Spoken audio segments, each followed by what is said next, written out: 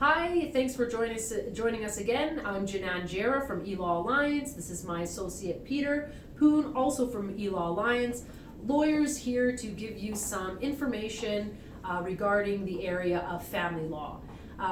Before we go any further, this video is not intended to be legal advice. We are more than happy to provide you with tailored legal advice if you give us a call directly.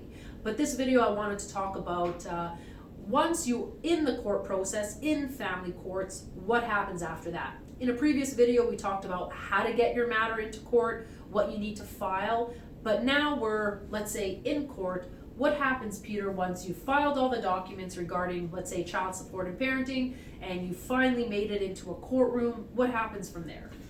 Yeah, and I'll just summarize from our last video where we left off was that we have filed our documents, we have served the other side, now we have a court date. On that court date, what you can expect is a Court of Queen's Bench. It usually starts at 10 a.m. in the morning. They also have an afternoon sitting which sits at 2 p.m. On the Court of Queen's Bench side. On your court date, there will be a duty counsel that's available. What a duty counsel is, it's a free lawyer to assist you for that day only if you don't have a lawyer. What you can expect on that day is not just your matter to be heard, there will be several other matters, sometimes up to 30, 40 matters to be heard in the same courtroom by one judge. Okay, so once you're in court, let's say you've talked to duty counsel, do you have any other options other than going through duty counsel in terms of getting legal representation? Yes, and in Court of Queen's Bench side, you can certainly get your own lawyer and have your lawyer represent you, or you can represent yourself. What I would suggest you to do is review your material beforehand so that you can very concisely and efficiently tell the judge on that day what you're here for and what you're asking for. You have to keep in mind that with these first court dates, what we call chambers days, is there's only really 5 to 10 minutes for each matter for the justice to consider and listen to you. Okay, so let's say you've made it into court, you're standing before the judge, and you want to ask for child support and parenting. Are you going to be granted your application that first day? Usually, no. It depends on the circumstances. If the justice hears that there's any kind of emergency situation or a situation where the justice feels that they need to grant an order just so that everybody is so-called playing fair or playing friendly or being friendly to each other, then they would grant an order. Usually what the chamber state is for is, you can think of it as a triage place at the hospital. They figure out what you're looking for, what you're asking for, and where you should go appropriately. There are several procedures after that, or different court dates and different court procedures that you will have to follow to kind of get your matter resolved at the end. Okay, so if you don't have your matter resolved on that first court date, what are your options to finally get to a resolution? There are several options. If you have lawyers on both sides, you guys can certainly try and settle the matter out of court.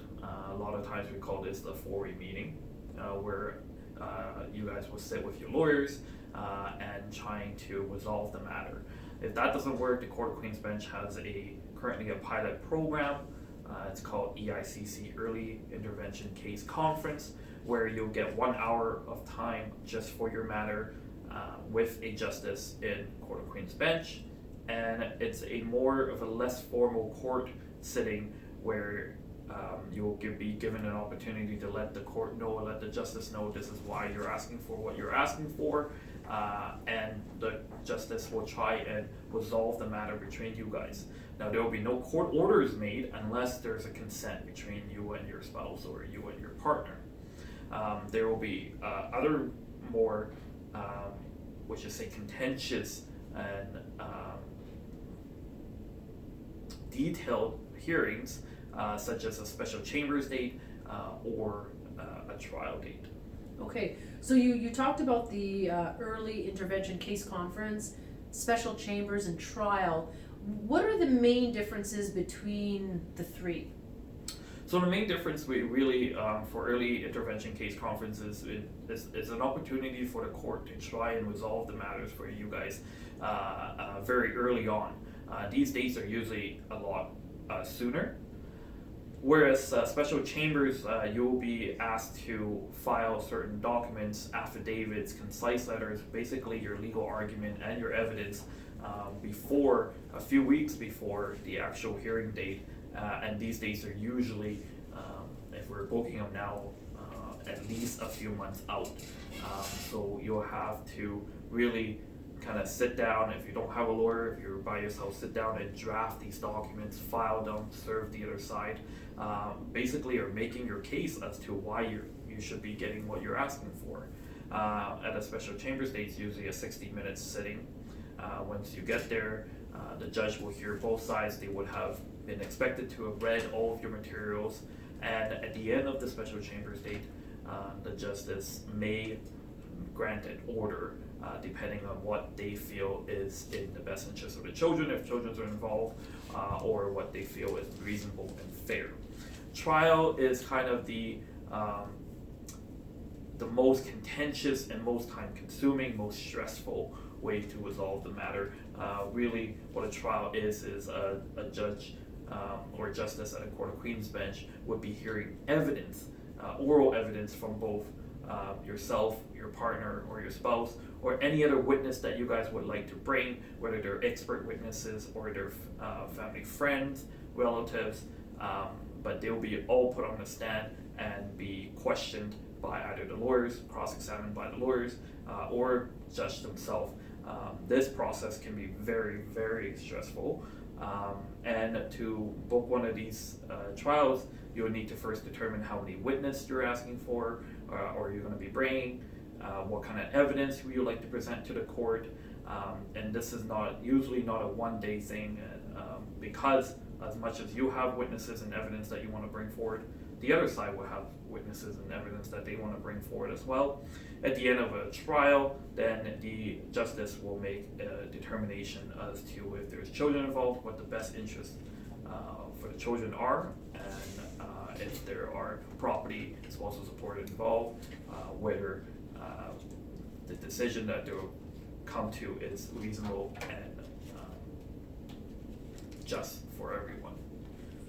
So are you permitted, let's say you've got your documents ready to go on an issue that you can't come to an agreement on with the other party, can you just obtain a trial date from the Court of Queen's Bench right away? Is that something that can be done quickly? No, there's a lot of procedural rules before you can get to a trial. As I stated, the trial is a very contentious and lengthy process. What the court is wanting to do and try to do is make sure that when you actually get to trial, everybody is ready and a lot of the preliminary issues are taken care of.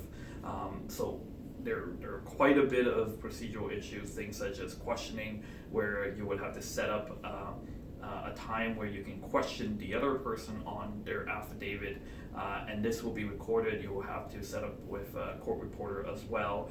All of these procedures we can explain to you depending on your situation, because a trial in Court of Queen's Bench for family matters are very rare, and the courts usually would try to assist people in resolving the matters prior to that. There are other avenues as well, which we haven't spoken about, which is we call JDRs, Judicial Dispute Resolutions, and the Court of Queen's Bench has two types of those. So JDRs, what is a JDR? Yes, let's mention that a judicial dispute resolution is we can think of it as some sort of a mediation. It usually is not in a courtroom, it's in a conference room with a justice of the Court of Queen's Bench. There's two types currently in Alberta. One is binding and one is non-binding. The non-binding JDRs are think of it as a four-way meeting or mediation meeting with a justice of the Court of Queen's Bench, and the justice at the end of that can make an order only if there's consent by both parties. If there's no consent, then at the end of it, the justice would determine where this file should go, whether it should be to a trial or special chambers, or sometimes they might even take it upon themselves to set it down for a case conference.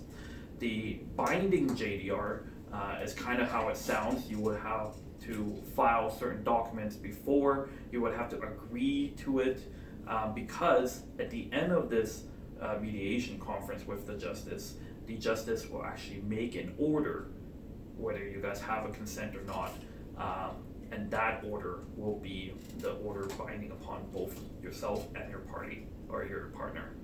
Wow, that's a lot of information, a lot of different actions that and steps that are required in family litigation. Thanks a lot, Peter, for sharing all that information. And don't remember, folks, if you want more detailed information, because there's a lot more to know, give us a call directly. We can see how we might be able to help you. Thanks a lot.